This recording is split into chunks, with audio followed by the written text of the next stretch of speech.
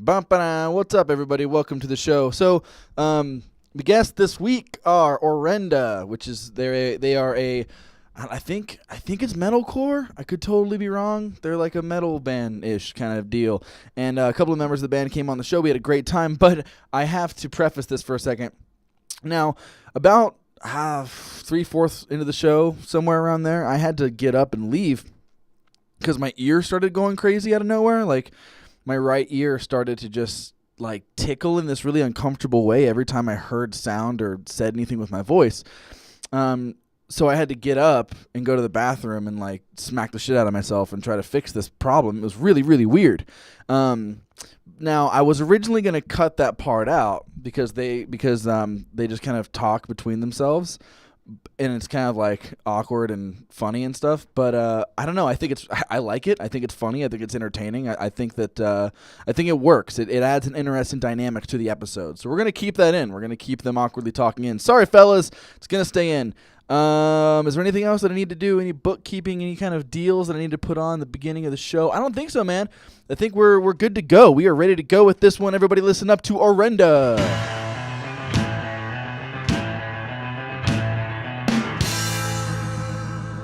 Is that guy. No, like, don't drink a nitro anything out of the bottle. It doesn't work. Oh yeah, nitro anything. Nitro Never anything? even heard of that. Like, Move if you want, you can stay in that position. You don't have to be up like this, but you can just like move it back to you, like if it's more comfortable for you. let's see, like, Because I see you like falling back into that position. as soon as you hit like we're going, I'm gonna be like, oh, I'm nervous. Like, it's gonna be good. So. All right, well that's perfect because we're rolling. Fuck. So, welcome guys. Welcome. Now, Orenda, I'm saying it correctly, yeah? Yes, Orenda. Okay, Yep. cool. First thing I'm going to talk about isn't even your band, but you're wearing a Tool shirt. Oh, by the way, hold on. I'm with Jason and Winston. What's up? Yeah. Jason's hey, what's up? Jason's that one. He's the deeper voice. Or I don't even know if it's deeper. Maybe it's just louder. Probably. Where's your voice at? Let's hear your register. What's There up? you go. Yeah, he's deeper and louder. Sorry, dude. It's okay. It's cool. I'm just large cooler, human. You have cooler hair than him. Hey, this guy. Damn. To be fair, it's kind of true. I mean, yeah, but anyway. So he's taller, so he might also be like better endowed than you. Welcome to Getting Stoked, well, it's probably true. Welcome. I don't know. Winston regularly makes jokes about micro penises, so I mean, it's I don't know. I don't want to stereotype you. I mean, but- it's sometimes you just got to own what you have. Micro penises need love too. As long, it's whatever you can get away with, like whatever works for you. Like you maybe having a small dick will make you a better oral lover. You know what I mean? Because you're trying to make up for it, right? Oh yeah. That's what you would think, right? I mean, Yeah. like that's why, like every time I see I'm not gonna never mind. We're just gonna stop it right there. So anyway, first I wanted to mention the Tool shirt because I kind of read somewhere that they might be coming out with new music? Question mark. oh god, I heard about that that has too 12 been years ago. said so many times that I will not believe it until I physically hold a record in my hands. It's been 12 years. They it's were been on the rumors. cover of something though. Like I felt Well, like because it they was gonna started playing happen. shows again like 2 years ago or something like that. Maybe that's what it is. Just because they were playing new shows again, everyone started freaking Well, out. yeah, because Maynard's doing Perfect Circle. They just came out with new stuff and whatever else. What do you think of that? I think it's all right. It's interesting. I probably haven't spent enough time with it yet to really dig deep into there, but anything Maynard does is just always interesting. It is, yeah. You know what's weird though is I cannot get into it for some reason. Like I like the Tool singles, and I haven't put enough time into the deep cuts, even though I know that's where all the good shit is with that band. I never got into Pussifer. I think it's just because I didn't have enough time to really go into what the fuck that was, because I guess it's more than just music, right? It's like a whole thing. Pussifer is like if you took a Perfect Circle and then tried to make it comedic. Got it. Yeah. Like they have then- records named like V for Vagina and shit like yeah, that. Like, I really Tool? like. Tool has some records named. No, Pussifer, one of Okay. Maynard's other bands. Oh Jesus Christ! Okay. I like him a lot on the Joe Rogan Experience. He's Yeah, been yeah. on Joe Rogan I a watched few that times. episode. Yeah, every time he's on, I think he's been on twice now, and every time he's on the show, I'm very, very interested. He's an interesting dude, but for sure. And I've been up to obviously. I'm sure you guys have been to Jerome, and he has a whole. Yeah, I have not been up there since I became a Tool fan. I went there a lot as a kid. Really? But I also got horribly sick on curvy roads as a kid, and I hurled so many times in Jerome, I try not to think about it. Got it. Hold on a second. I think I have you. Hold on. I'm just trying to look at my volumes here. You're 2. Why the fuck aren't you turning down? Because like you're like, hold on. Interesting. Keep talking. Hey, yo. Sorry, I can. We're all good. I can fix this later or not. I'm just trying to. Well, now this is all fucking. So yeah, I never cut episodes. I never fix episodes. Oh, that's because I'm a fucking idiot, and that's not even 2. Talk for me. Hey. There we go. And then awesome. And you, that's what I was wondering. I was like, why the fuck did he get so quiet? There we go. This stupid fucking interface. I'm quiet as fuck, and you turned me down. Oh, you It's know, okay. I'm sorry. I can just not be here. It's good. You're perfect now. Now it looks great. Everyone's good. We're good. Okay, so because this stupid thing, it's like 1, 2, like up, down, 3, 4. Oh, okay. Fuck, that's stupid. I need to get. I want to get the 18920 so fucking bad. Oh, like I have that. It's so good, dude. I used to use one. And my buddy loaned it to me, and Austin from ex-Phantom Party and now No Lungs, he loaned me his, and I would use it all the time, and eventually he needed it back, so I had to buy my own, man. But Damn. Nah, they're solid as hell. They're so good.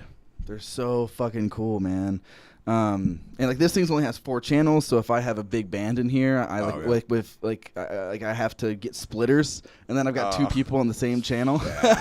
Nah. And like I have to just pray that they talk the same volume, but they never do. One guy's over here, and then the other guy's like on his mic, and 9 times out of 10, people don't know how to use microphones. So. Yeah, that's just the nature of sound work in general. Even mixing shows, like the amount of times I'm the guy is blowing up your microphone, and then he does this. Yeah. I can't do anything. We could talk about that for a second. This is if you guys heard the live episode that I did with Chelsea that came out a few weeks ago. Where no one laughed. What? Where no one laughed. Yeah, exactly. We were talking about earlier. You couldn't hear the crowd laughing because it was so because the AC was on so high, which is totally not an excuse. And in the beginning of the episode, I'd shout out to a guy, Jason, and this is Jason, everybody. This is who I was talking to. He did the sound for us. Boo. So yeah, man. So let's talk about let's just jump into you guys a little bit. What I know that you're kind of in the middle of putting some shit out, doing some stuff. What are you guys doing right now?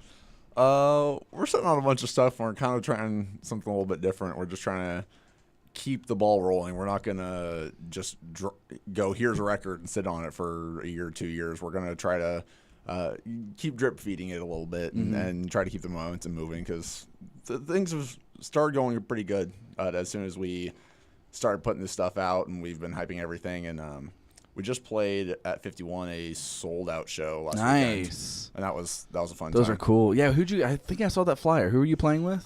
We co-headlined with Go Ask Alice. That's right. And we had Tora and Smile in the Center on it, and Silas from California on it. Got it. So you and fucking Go Ask Alice, man, you packed that shit in then, right? Yeah, we did. Dude, that's awesome. Go Ask Alice is one of those bands who I saw like kids. I work at a school, and one of the students was wearing one of their shirts, so I just imagined. I thought they were fucking some huge band that I just didn't know about, and then I was like, oh, they're like locals, and they're not even that big. They're just like really prominent. They've got a good following here in the scene. Yeah, like. Whatever they're doing is working for them, man. I don't know what it is. They keep popping off all the time. So do you guys have a record that's done and you're dripping songs from it? Is that what I'm hearing? Okay, cool. When did you put out? Because you do have something out right now. Yeah.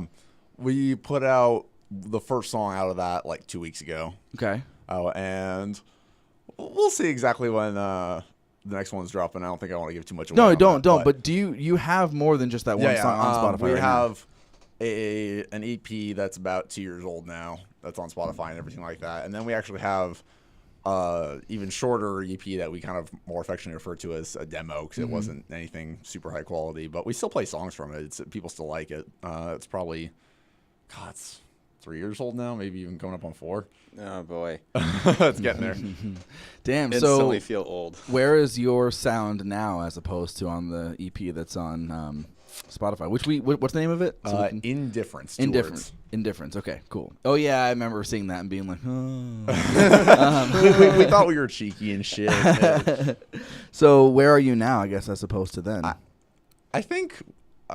Overall, I think we're figuring ourselves out a lot more, and I think it's becoming a lot more refined of our sound. I remember our very, very first stuff, there were a couple moments people were like, oh, you guys are just in a Day to Remember ripoff and whatever. And like, that was mostly our demos, though. Yeah.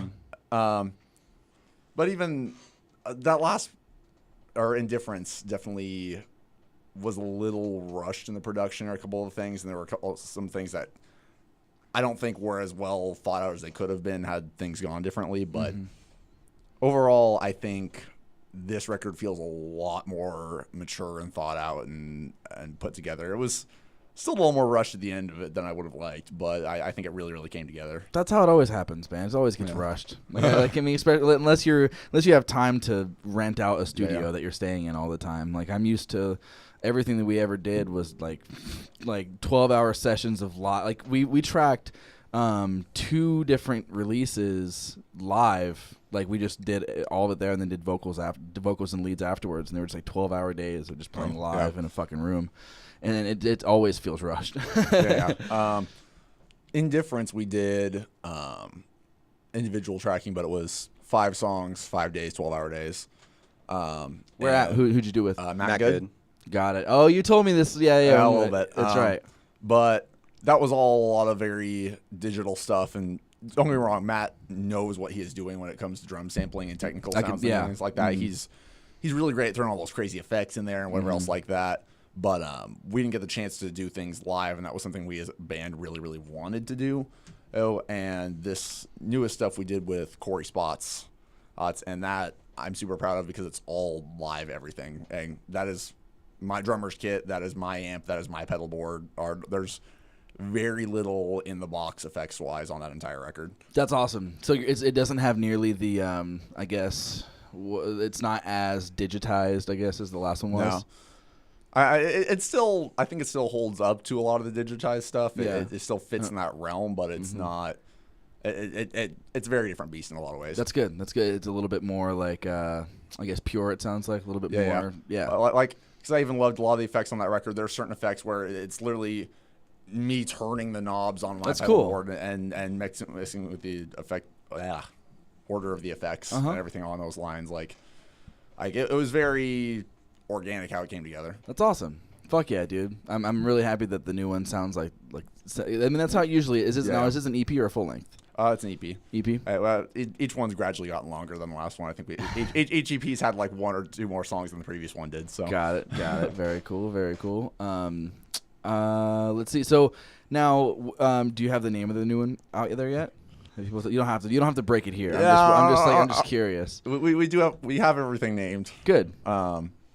It's the interesting part, though. We don't know when to. We're still trying to figure out when we're going to release the name and like when the entire thing is going to drop, because we're going to be drip feeding the entire thing. So do we release it at the end, or we're still that's a good question. Thinking about everything? Yeah, we released the title with the album cover. That's how we did it. We haven't even done that yet, though. Yeah.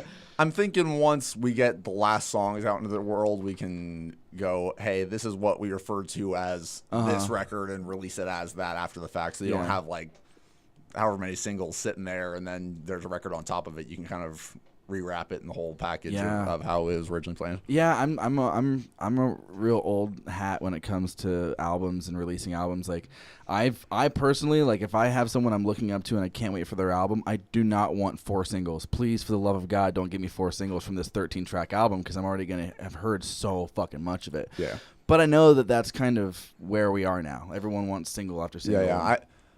It's more, I'm very much of your persuasion. I love hearing a whole record as a concept, start to finish. And that's one thing I'm sad we're kind of abandoning with this release. But at the same time, I think otherwise it's so much harder, especially in a band in our position, to keep that hype and keep people interested and entertained. And the more you can just keep it makes sense, because you want to constantly have content, you want to constantly be in people's faces, and like there are other ways to do it, but that's the smartest one. It's the one that makes the most sense. Like I know a lot of people will do, like, they'll have one single out and then they release like a video for the single, but they don't put out the video until this amount of time, and they drop clips every week, and like there's little things like that people can do, but it's so much fucking harder and it just takes so much more time. It's definitely a discipline, and we're still learning that discipline. I will be the first to say. But good. I mean, it's hard. It's hard to like this is this thing that I love and I've been creating and I've made this and I'm so proud of it, but you can't know about it for another 6 months. The crazy thing is we even had I had a bunch of setbacks in terms of some of the video and like how we were trying to set up the release originally and things like that. I mean, we got the finals back for this record in October, November. Yeah. And we just dropped the first song, so it's been a minute.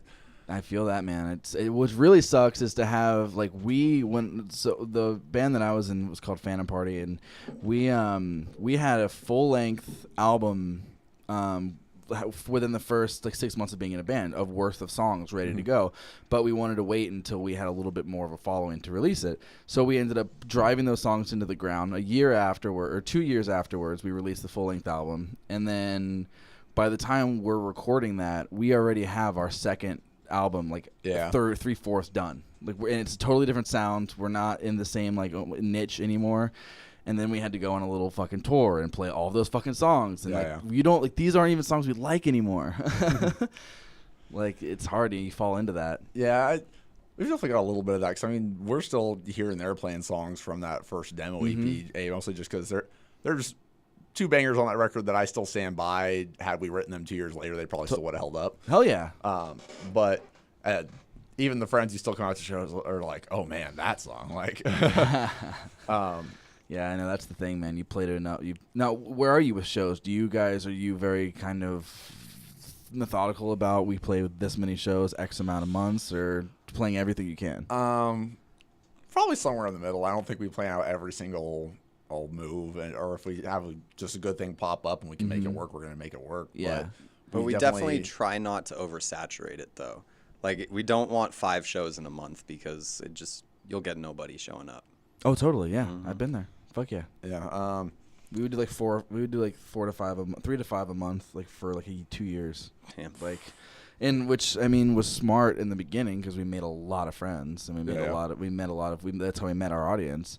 But then after that, it's like coast. Yeah. That's kind of what we've seen is like the very beginning you got to play a lot just to get people to know who the hell you are, but once you have it even kind of a name around here and you're expected to sell X amount or people are looking to you for this or that, like you can't put that level of planning or that level of effort and have it come out right if you're doing even once a month sometimes. Yeah. Like, I mean, I think at most our shortest show every 2-3 weeks, and at longest usually every like 2 months. Yeah, and you can do that if like let's say these are all like you're opening, like you're opening, like you're not co-headlining and you're not playing like second to last. You are fucking opening at 7:30, and they're all for bands that are pretty prominent. Totally take them all because you don't have to promote them that hard. You're not the one who all the stress is on. You can just play them and try to get some people. I've seen some local bands kind of ruin themselves because they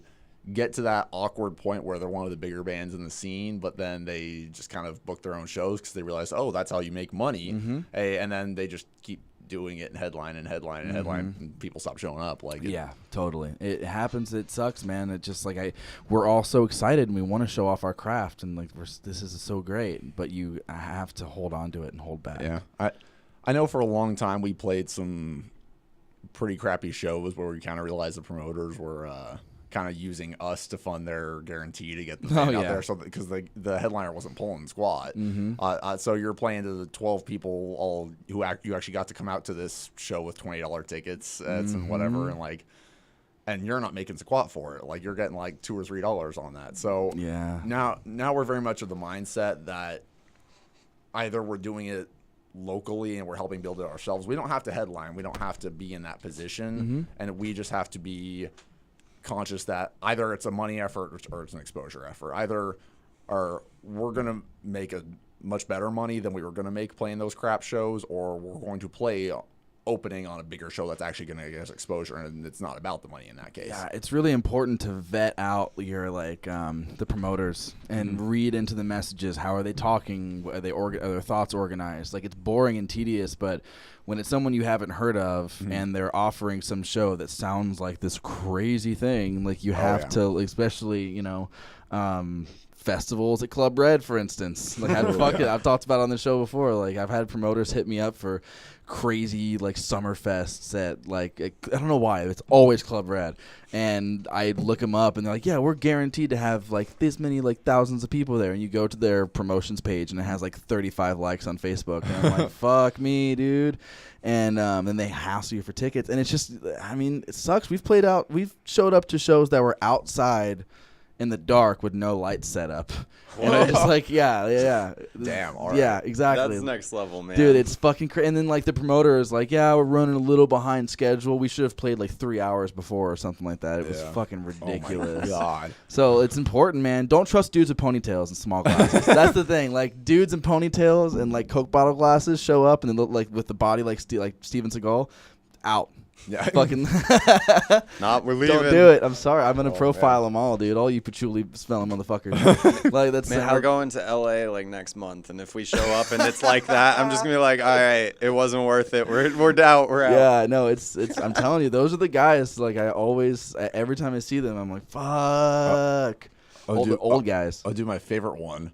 The weirdest festival that should have done good but didn't do good. We played this festival. That was called Collide with Music. Oh, damn. Where is LA. this? Oh, in LA, LA. yeah. And they had, like, Word Alive and Secrets, like, headlining. Mm-hmm. And then there were, like, fucking, like, 30 more bands. Mm-hmm. And including us and Lifelink. Oh, fuck was yeah, on Lifelink. And then a bunch of other LA bands. Like we were like following Warped Tour one summer. I made friends with this one band at like the Pomona date, and then later hit them up, and they were playing that, and they helped to get us on it, whatever. That thing had 3 stages. 2 of them were in the same room. We're talking this was like a wedding ballroom that they literally like cleared all the chairs out of and set up like 2-foot high stages. Yo, but it was kind of cool though because it was entirely gothic themed. Like there were That's chandeliers cool. as shit. Like, But cool. like I'm pretty sure that entire festival had like 200 people there, and 150 of them were the people in bands. Yeah. And I was like, oh god. I play this show and this so reminds festivals, man. Those are the ones that those are the ones that are always fucking jank. Like they're always fucking jank. We went to this festival in Tucson a few years ago, and it was supposed to be like, it was called Momentum Fest. We had friends deal with that. This was like 2015. Yeah, wasn't I Remember Burning on that? They were. Oh, They were. I damn. Remember Burning was on it, and Fairy Bones was there, and a bunch of other bands who, if I mention them now, if I remembered them, you guys would probably be like, oh fuck, I remember those guys. So we went down there, and like the main stage, the generators kept going out, so the power would stop in the between songs. This is where we met the Sink or Swim. They played that show too, and Dollskin played it too. There's a bunch of fucking like big bands on it. And like so the main stage kept shutting out. We played in the grass, which actually ended up being the best like of the 3 places you could play. That was the best one because there was this little amount of hassle. It's just like 2 fucking like K12s, and that was it, you know. So dude. But anyway, power kept going out. I was sick as fuck. The check bounced. We didn't even get the money that like and we would have never taken a show for the money, but we were driving all the way to Tucson. Yeah, exactly. Like we need to get at least gas money. And the check bounced, and like I think like 30 of the bands didn't show up. It was fucking rough, dude. Wow. So I'm telling you, man, festivals like make sure that you see like a stamp, like a stateside stamp at the bottom or something before you do a festival. Dude, that's another thing I realized is playing out of town. Like everybody wants to get on the road so bad, and then you realize you either have to be willing to lose that money or you have to be making money. And people don't. You're trying to hit people up to book shows and whatever like that, and they don't want to be about the money. It doesn't want to be that conversation, but it has to be that conversation. Dude, yeah, we went out of town. We went out of Arizona 3 times, and we only made our money back once. Which for most, it was the third one we did. We made our money back, but the first 2, we were in the hole. All of us were in the hole the entire time. Yeah. And you have to do that, though. I get pissed off when bands like get upset that that's what you have to do. I'm like, I'm sorry. Like, either work harder in town, gain more of a following, and be smarter marketing wise, or like just go out and have fun. Like, it's a vacation with instruments. Like, go have fun. Well, I mean, either way, a business is a business. Yeah. It takes money to make money. Totally. Like, you have to spend something. You have to like do it. So. Whether you're spending time or you're spending money, like whatever it is, you have to put it in. Unless you've got like parents who are gonna like do it all for you, and I guess good for you. Wouldn't that be nice? Yeah. But some of those bands though, man, I've given bands shit in the past for. Like not to them, but to my friends or other band members. Like, man, fuck these guys. They're all like rock and roll high school kids, and their parents paid for everything. But like, I've been proven wrong before because like the thing is, your parents can only do so much for you. You still have to do 2-month road tours. Like, that's true. I don't give a fuck how pampered I am. A 2-month tour, even if you are in a bus, is hard, especially if you're like 17, 18. Like Dawskin, I used to give Dawskin so much shit when I was like first starting out in the scene because I knew that their parents paid for everything. That's not a fucking secret. I'm not like calling them out. They're like they proved me wrong. I was just like so bitter. Like, man, they're going on these 2-month tours and their managers, the guy from Megadeth and all this shit. I was like super bitter. And then they did like 2, 3, 4 international 2-month tours, and then the same members stayed for like 1. Still doing it, still putting out music, still working it, and I had to totally eat my words and be like, nah, dude, that takes a fucking lot. They put in the time, they made it work. Like good for you. Like I had to eat everything and just be like, dude, like your parents can't tour for you. Like that's good for you. I remember there was a young band we encountered at one point in time. Who I don't know why I'm so call-outy today. I totally didn't like mean. I don't know why I've done that like 3 times. That's so rare for me. I don't know. I'm in a good mood. Yeah, I don't know, man. We're talking business and names get called out. In business. Yeah, that's kind of how it goes. I totally don't mean to do that. Channeling your inner Franz. Franz, like, wait, no, I don't get that. Sorry. Attila? Call out? No. No. Oh, I don't listen to literally Attila. has a song named Call Out. Got and it. Call Out too. Yeah. Yeah, I've never listened to that band before. Sorry. It's not my niche. Okay, yeah, definitely. I still only like a certain chunk of their discography, but you have to take it at face value because it's just trash lyrics and as ridiculous as humanly can possibly be. But that's because Franz is a marketing dude and knows what he's doing. Got it. And like, he has a clothing brand and like does. He has his own label, doesn't he? Is that metalcore? Yeah. That's why. Yeah, I haven't really fucked with much metalcore. Yeah, well, Franz can like scream rap. That was the whole thing. Ew. And like, nah, it's kind of impressive in like the most scary way that you're just like, I don't mean I guess. in a Limp Bizkit kind of way. I mean like full on growl, like kind of like chopper shit, like screaming. Yeah. All right. Like more than anything, he's just a very interesting human. He's probably the only person in a metalcore band who is actually a millionaire, straight up.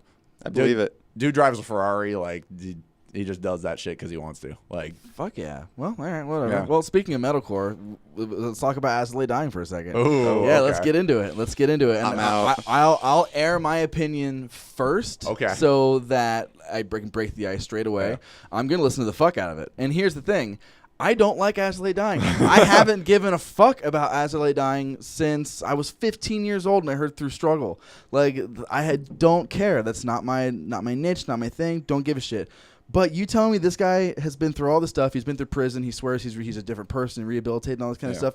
You're going to tell me that a guy like that is about to put out an album after X amount of years in prison? You put your fucking ass in to listen to that thing. Like, I'm so curious. I'm not going to go out and buy it, but I'm going to definitely stream it because I'm super curious. He's going to have something to say. He's been through a lot. I've listened to the fucking XXXTentacion album too. Like, I want to know what's going on. I did listen to the fucking Tekashi 6ix9ine because fuck that guy because his music he sucks. But like, it's not even because he's a bad dude. Like, he just sucks. So yeah, I feel like I'm gonna listen to it. Like, if you don't listen to it, that's cool. But like, I have no problem with it. I'm gonna listen to it. I probably won't touch it. Like, I've never got into As I Lay Dying. Never wanted to get into As I Lay Dying. They just never. Yeah. I listened to the new song and was just like, oh, that's nice. And like, See, that's where I'm different than you two. Is like, As I Lay Dying was like some of my shit. That is kind of how I got in here. Totally. Like I had a very roundabout road with how I got into a lot of the music I got into. Like, I got really heavy for a minute and then I kind of swooped back. But I really wish the people listening could see the hand motion. Wait, hold on. That just made it for me. So when you said you got really heavy and then you didn't, As I Lay Dying was the and then you didn't part, right? Because they're like not heavy. They're like a pop band, dude. No, I'm just saying, like, I got into like the As I Lay Dyings and like All That Remains, Killswitch Engage. Like August Burns Red. Like it wasn't. I got you. I Yeah, got I to know what that you're talking about. before I got into the Day to Remembers. And Got things it, like got that. it, Like got it. that's Okay, kind of okay. what I mean. Yeah. And then I. So you did a baby swoop before you like swooped hardcore into Thy Art is Murder. And, like, I didn't like deathcore until I was like 18, but I was listening to like Lamb of God and As I Lay Dying at like 12. So Yeah, I got you. The 12 is a good age to listen to, in my opinion, deathcore. And I saw, you're not wrong. But I remember I saw As I Lay Dying in 2010. I was Very cool. 13, and like Where at? the Marquee. It was them and Under Oath and Between the Buried and Me. Bless the Fall when they were still on. Damn. Bless the Fall when they were. What was that What record? a fucking show. The record with 2.0 and God Wears Gucci and like. I've literally heard his last walk and that's it. Okay, the first record with Bo and not with Craig. Got it. Yeah, I just know the first one. I don't know, man. Like Hegina. I just remember they were one of those bands that I saw live and I was like, oh my god, that's what I want to yeah, be. they're Like fucking they rock stars. and even like any subsequent time I saw them, I was like, that is a live band. That is how you perform. Like, Totally. Oh yeah, they were like, great. like they were that benchmark for me. So why don't you perform like that? Fuck off. What do they do? Were they like? I've never seen them live. Did they do like the whole chariot thing and throw their guitars around? No, or? they weren't that wild. They were just so tight and on point, and they weren't. They were somewhere. They were less cool guy than Avenged Sevenfold, but they weren't as wild as Chariot. They were just on fucking point and tight, and everything was so. Not even like to say it was like choreographed or pre-planned is wrong. It was just that well rehearsed. It was that tight.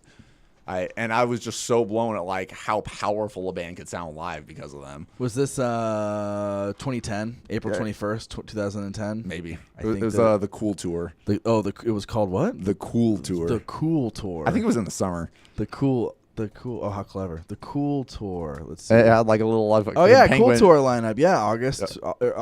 Sorry, April 2010. Okay. Between the Buried and Me, right? Yeah. Yeah, crazy. I love every time someone says shows. I always like look it up. On my I computer. think it's Architects on that too. Let's find out. This is just the tour lineup. So Okay. I don't know if I think they were. Dude, while I'm doing this little thing just popped up with Post Malone on it. Yeah. I don't know if you guys follow Gate Creeper at all, but Chase from Gate Creeper like played like wasn't beer pong because he's sober now, but like Red Bull pong with Post Malone, and Post Malone wore a Gate Creeper shirt live at the show. Really? I saw it. I worked a merch at that show the other night. Oh yeah, yeah. For the Gate Creeper show? No, for the Post Malone show. Oh really? Yeah. That white long sleeve shirt. That I only saw a little bit of it. I was inside most of the time, but yeah, he wore a Gate Creeper shirt. That's nuts. Actually, there's another. Last year, I worked merch at Life is Beautiful. Architects is on that show, by the way. Sorry. Damn that. They're like my favorite band on the planet now, and I still find it funny. Now, was there ever a point in time in your life where they weren't? Yes. Really? Architects. I wasn't into them until like 2013, 14. Literally, since I met you, it's been just like Architects. About the right time frame. I met you in like 2012, dude. So before the years that you said that you got into them. Fuck, it's all falling apart for Jason over here, man. Shit, he's the one who set it up, too. My entire job in this band is to make his life difficult. Good. Like, that's good for you. You have to be like, that's good in a band, man. That's how... You have to have the guy that pushes back. That's where I was when I was in the band. I was definitely the guy that was like, someone would come up with this really cool idea, and I'd like just to protect myself, I guess I would always look for holes. Like, okay, like I wouldn't look for holes because I wanted us to fail. I looked for holes because I was like, we need to make sure the ship isn't going to fucking sink. Like, is this notice idea the iceberg work? Before you hit it. Exactly. So I would always look for the iceberg and then get pissed off when I found it. Yeah, he's definitely that guy. And sometimes I found some icebergs that weren't actually there. But like I found a lot of those. But it's what you got to do, man. If you have like a band full of how many people are in your band? 5. 17. Fuck, 5. Damn, dude. How do you get? That's a big band. It feels. I've always been in a 3-piece. Oh, okay. So Okay. like it feels like 5 would be a lot. We were a 4-piece with a live guitarist for a long time. Oh, so eventually you just had. Eventually we got. Actually, we got rid of that live guitarist and we got another one. Now that dude's actually part of the band. The dude we had playing with us for probably the better part of like 2 years.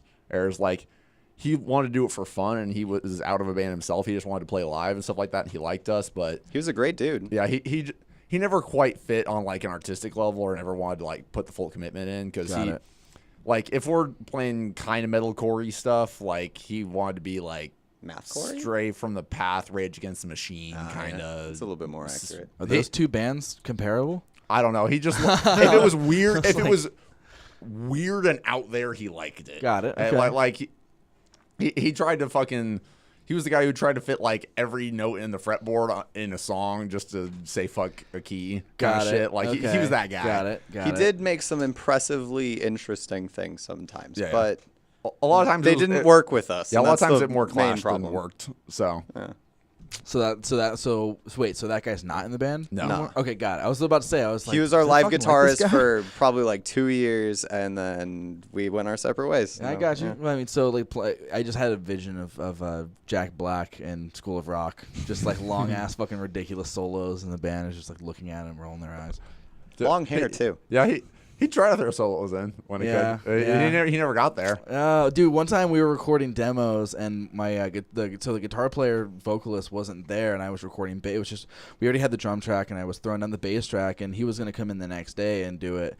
So I was like, before I left, I was like, dude, I have an idea. Like, I'm gonna record the most ridiculous bass solo that doesn't exist, but it's not gonna be good. Like, it's just I'm gonna hit all kinds of notes that are out of key, and then I'm gonna end it like, and I even like instead it just ends with like one note at the end. So I ended the solo with like bah, but completely being in the wrong note. Like, but I was, it didn't sound cool. It was just I was on the wrong note, like half a step up. It didn't work at all.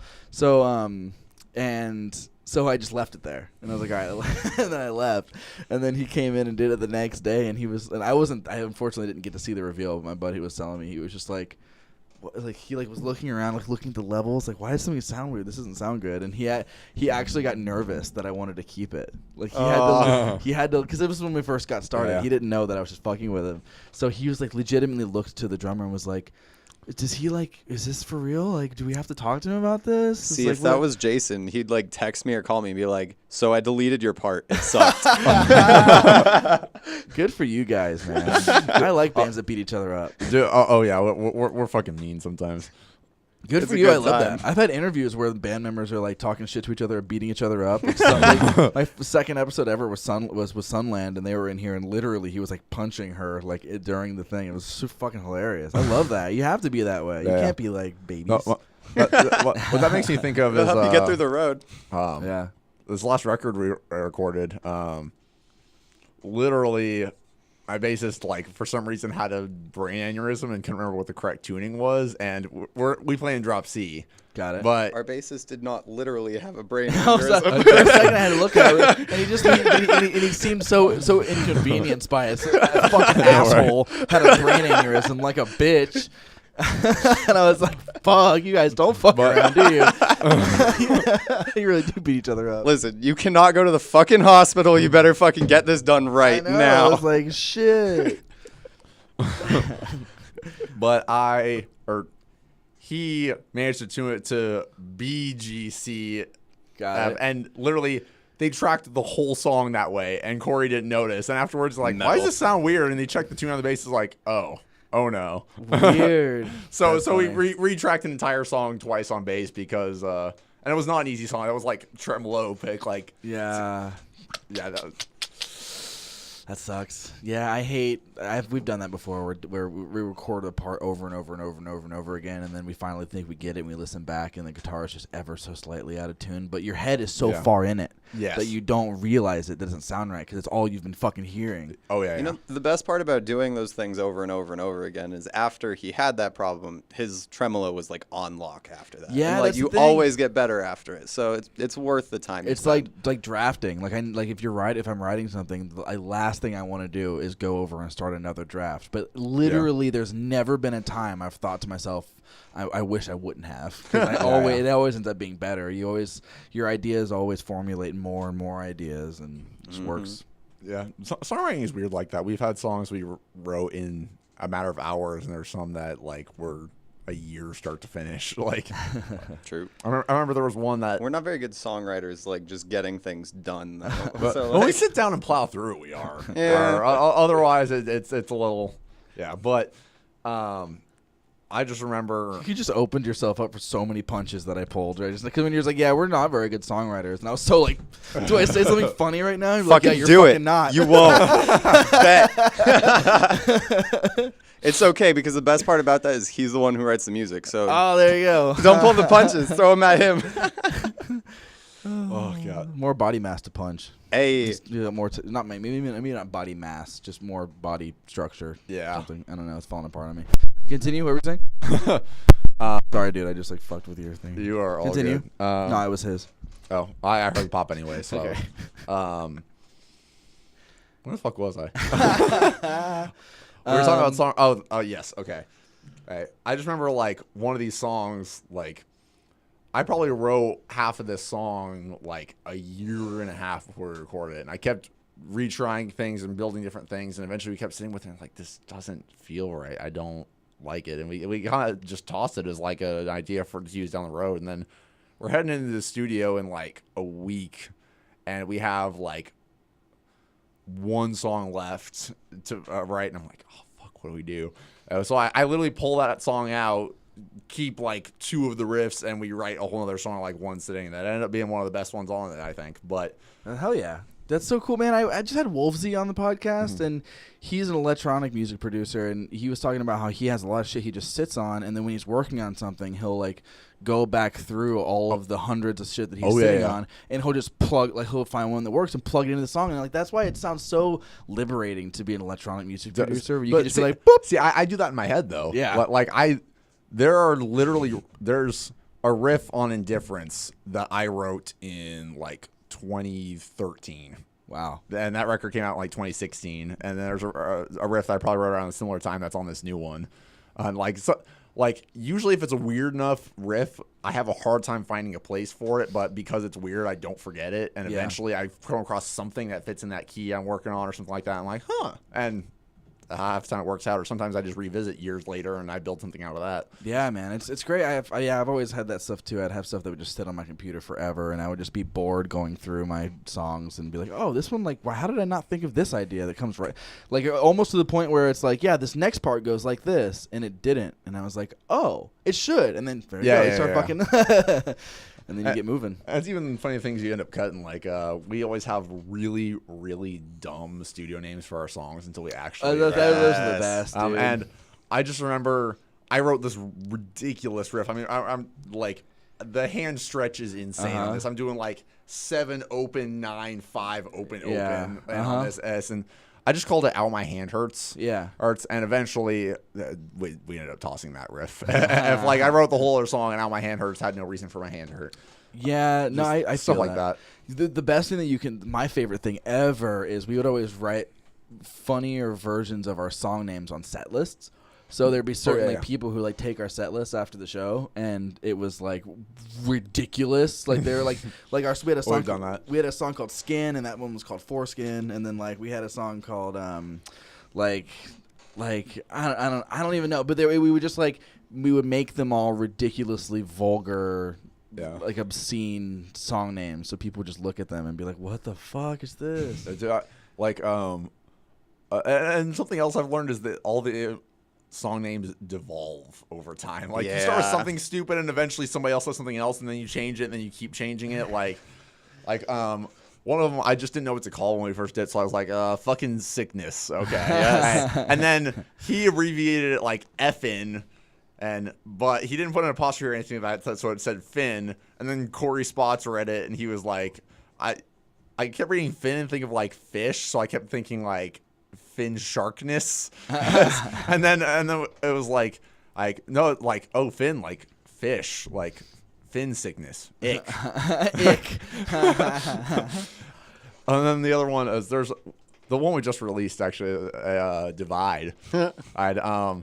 Has this super kind of Spanishy feeling opening riff. And originally we just called it Spanish dick butt because we didn't know what else to call it. Yeah. And then eventually he said like spoonish dick butt or something like spoons, like silverware. And I was like, let's just call it forks. No, but then Like 2 weeks later, it became sporks. yeah, no, because then half the band was calling it spoons instead of forks, so we just called it sporks.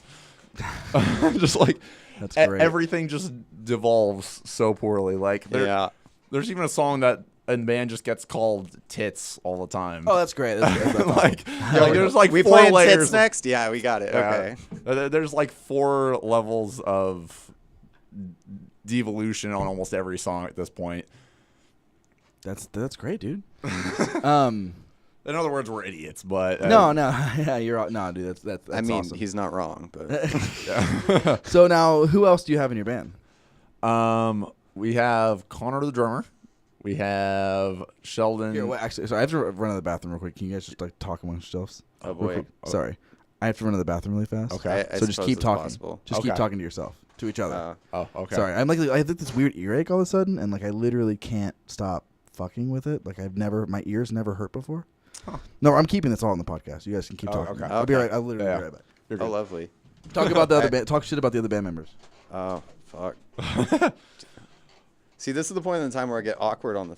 Like, I don't know what to say. What are you doing? I don't know. Connor can suck a dick. Yeah, but that would require him to hear this and know that we told him to suck a dick. Yeah, that would require him to go and look up something we told him to go look up. Require him to do anything. Nope, didn't happen. No, Chuck Testa. Chuck Props for anybody who actually understands that reference at this point in time. Leroy. That is not it. Well, no shit, dumbass. Oh, man. So, how about them cubbies? Oh, man. For anybody who is actually still listening at this point in time, we as Orenda are really, really lame and awkward people. Is this a live podcast? No, this isn't live. Oh, dope. So This there's a chance is gonna he's release. There's a down the chance road. he's gonna listen to this and be like, "Fuck that," and just delete it all. So like, No, he's probably gonna leave it uncut, which will probably be interesting. oh man, I feel bad for anybody who's listening. Yeah, we apologize for our lack of entertainment at this point. Hey, don't apologize to them. They're the ones who decided to listen. You're listening, and it's your fault. You stayed on. Oh man.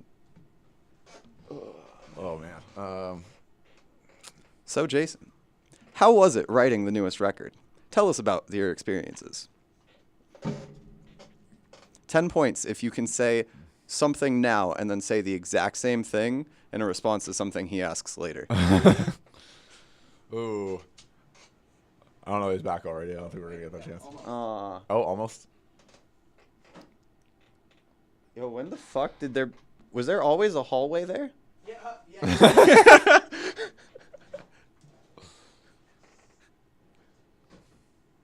All right. I'm just blind and stupid. I don't know, man. Writing this record was an interesting time. It was less hair pulling than the previous one was. Really? Yeah. And I kind of feel like I understand how I write music now. But Was I your kinda don't. girlfriend upset that you pulled her hair less this time round? Shut up. Oh my god. Sorry guys, I can edit. What? Sorry guys, I can edit all that out. I just like. I don't give a fuck, man. Literally. Hold on. We're just saying random shit at this point. You're fine. Sorry, I feel really bad. I've never ever had to walk away on mic before. Okay, so like I've never had ear problems ever. I've never had an earache. I've never had any kind of. Yeah. I've heard of them, but I've never experienced anything. My ear started like itching and vibrating weird when I had the headphones on, and all of a sudden it started hurting more and more and more. And I was like, I can't do this anymore. Yeah. Like, I literally can't say words. Bong I just, hits like- actually help.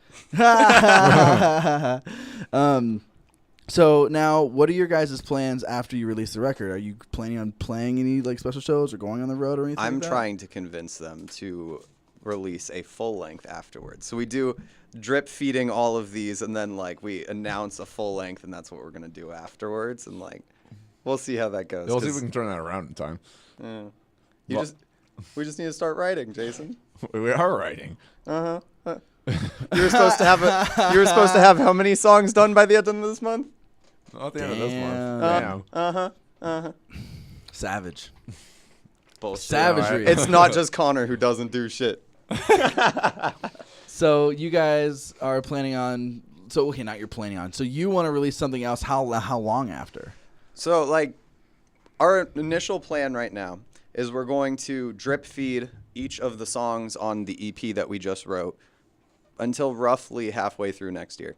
No, it's not that long. It's like February. Okay, so that's halfway through. That's not halfway. Okay. So like the beginning quarter of next year, but all the way through there we'd be releasing new songs. So then we'd wait like 2 or 3 months after that and like announce that this album is coming up. And like, I don't know. So that puts us about a year out from that, but Well, we'll see.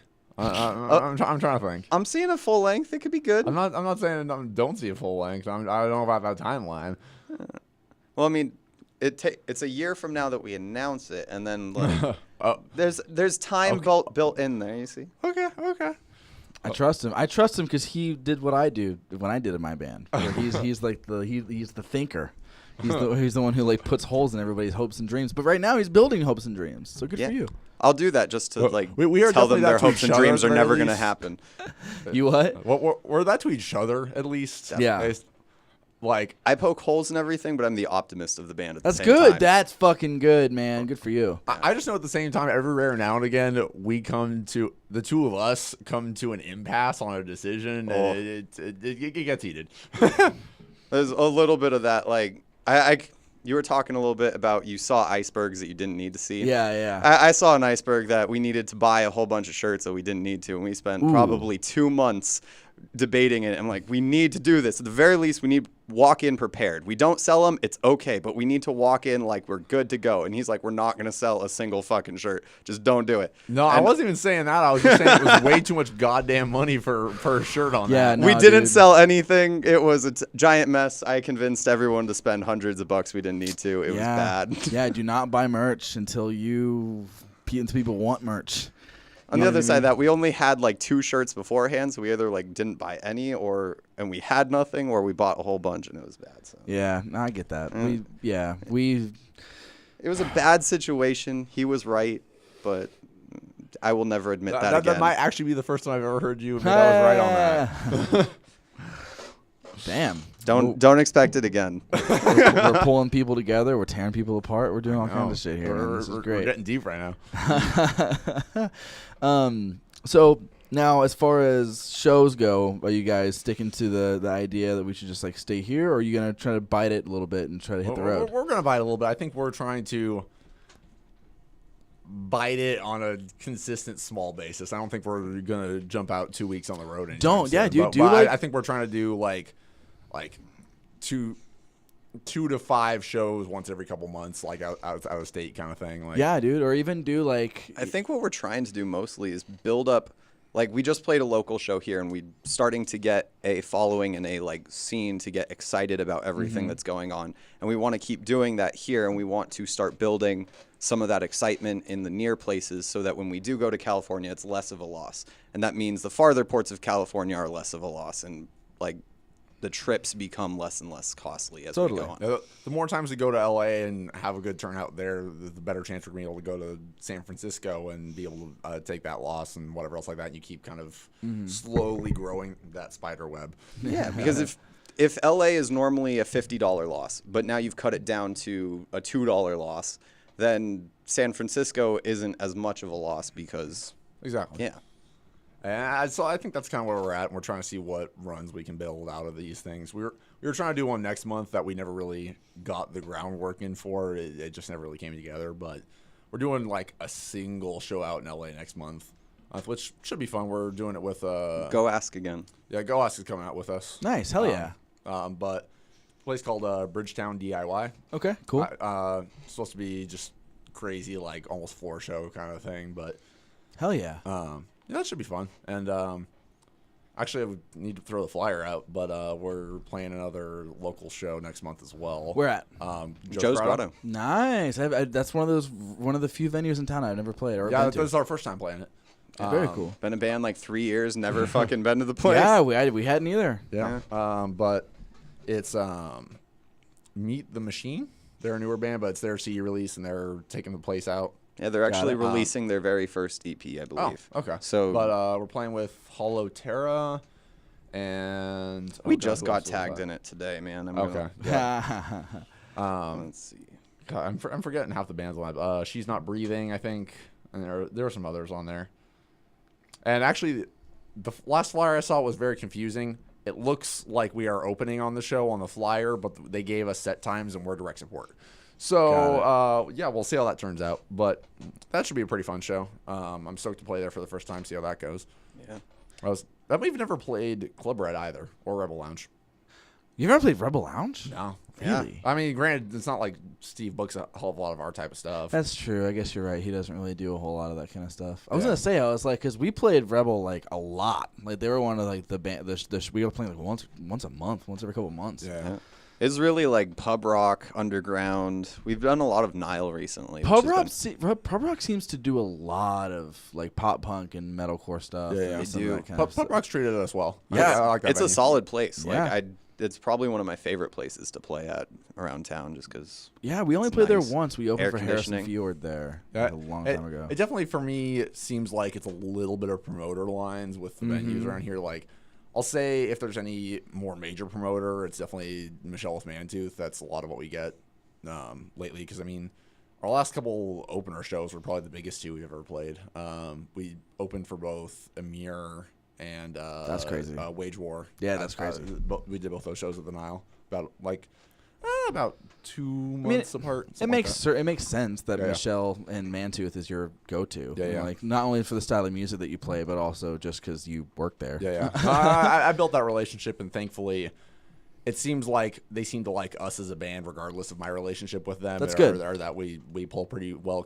I feel like as a band, we've never like treated their shows as something we didn't need to promote or something we didn't need to take it seriously. Like we didn't expect Emir to bring all the people. We tried to go out and do it ourselves. We didn't expect Wage War to go and do all of the promoting. We went out and sold tickets and like really, really hustled to get people there. And I think Mantooth has always appreciated that from us. Totally, dude. Yeah, there's no like better feeling. I guess there's a lot of better feelings, but one of the great feelings is being in a band is being the opener and having a bunch of people there for you singing the words to your songs. Oh, yeah. That's Yes. the fucking best because it's just like, yeah, motherfuckers, like these are our people. The doors just opened and all these people are here like having a good time. Even better, Promoters the see moment when that. you walk off stage and people have been cheering for you, screaming, moshing, going crazy, and the next bands come up and be like, you started us off right. Good job. Like Yeah, I know, that's I when love you're that. like, yeah, we did our job. Fuck yeah. Dude, yeah, I know. It's so great. I love being recognized. And now the opposite feeling is we played a show at Rhythm Room and we literally heard our own footsteps leaving the stage. There was no one there. There was just like people crushing ice in the back. We've had a few of those. Oh, There was, yeah. Like you should never There's hear a yourself lot of breathing. shows where there's literally nobody. Dude, my favorite one was we played with a band called Sycamore. Okay. Ooh, We Flagstaff. played up in Flagstaff. Where the at? first time. The It was, Hive. The Hive, dude. The Hive is sick when there's people there. Yeah. Yeah, but I'm saying there were supposed to be 3 bands on the show. Okay. One of them didn't show up. 5. I lied. Three locals. Okay. Us as locals of Flagstaff, I suppose. But the other 2 locals didn't show up. The dude who was booking it didn't show up. Yeah, he didn't show up for like the first hour. No, like he didn't show up. He didn't show up at all. No. Like we had to call our promoter and be like, yo, the guy isn't here. Doors are supposed to open in 5 minutes. What is going on? Yeah, we played to the other bands in my drummer's family. Yeah, those are almost worse than playing for the staff because you have to Yeah. look at those people in the face Yeah. afterwards. It's not. It was a glorified band practice. Yeah, we've had a lot of those. We've played so many shitty shows like that to no one, and like that. That was what 51 West was for us. 51 West, either we played to like 3 bored hipsters staring at us with their arms crossed, and probably in other bands, or we played like fucking ridiculous shows that were amazing. Yeah. That's where we booked our last show we ever played. That's where we booked our album release show. Like has always been our home. But in the beginning, dude, we just ate shit there like crazy because that's how our first times there too. Yeah, because you have to bring people to 51. There is zero walk-in anything. You have to bring people. So once you learn that, you know I gotta hustle this 51 show. But when it's packed, oh my god, Dude, it's crazy. It's wild as fuck. Oh my god. I've got to say we've had our fair share in both directions. I think all of our biggest shows fall somewhere in the 300-400 people. Yeah, for sure, totally. But we've definitely had quite a few of the like, oh, there's 5 people or there's nobody. We played the floor in the corner of a bar in Yuma, and there were people in the bar. There was nobody who gave a shit to watch us. Just the look on his face. Yeah, you did. that was a fun one. Dude, to be fair, free beers. Yeah, and I remember getting stopped by the Border Patrol on the way back, and they've searched the whole fucking car at like 2 a.m. And I'm like, we didn't even leave the state. Are you fucking... Dude, Christ. yeah. Dude, Okay, but it probably didn't help that Connor didn't speak English to them. What? Connor told me he's like, no español. No English. No way. That's legitimately, he said like 2 words and he was like, no English. No. If that's actually true, I'm going to murder that kid. I have no idea. You got to remember, I was drunk and half asleep, Yeah. so I can't like validate. But that's what he swears to me, and I'm like, okay. That's awesome. All right, well, guys, we gotta pack it up. I gotta get out of here. Thank you guys so much for coming over. Thanks for talking with us. Is there anything else that you guys want to like hit on and stuff that you want to talk about? Like we had a little bit of time. If you guys want to got some shit to plug. Yeah, Meet the Machine, July 28th. Joe's Grotto. Joe's Grotto, yeah. Check out our newest song, Divide, all streaming platforms, YouTube, Spotify, all that please. good stuff. Dude, yeah. I'm really proud of that song. I think it's a sick song, and we should have a new one for you within a month and a half. Very cool. So. Got it. No, you keep your eyes peeled. Check us out. We're on like every social media imaginable. So Good. Except Fuck yeah. Twitter. Find them on LinkedIn, Not really guys. Twitter.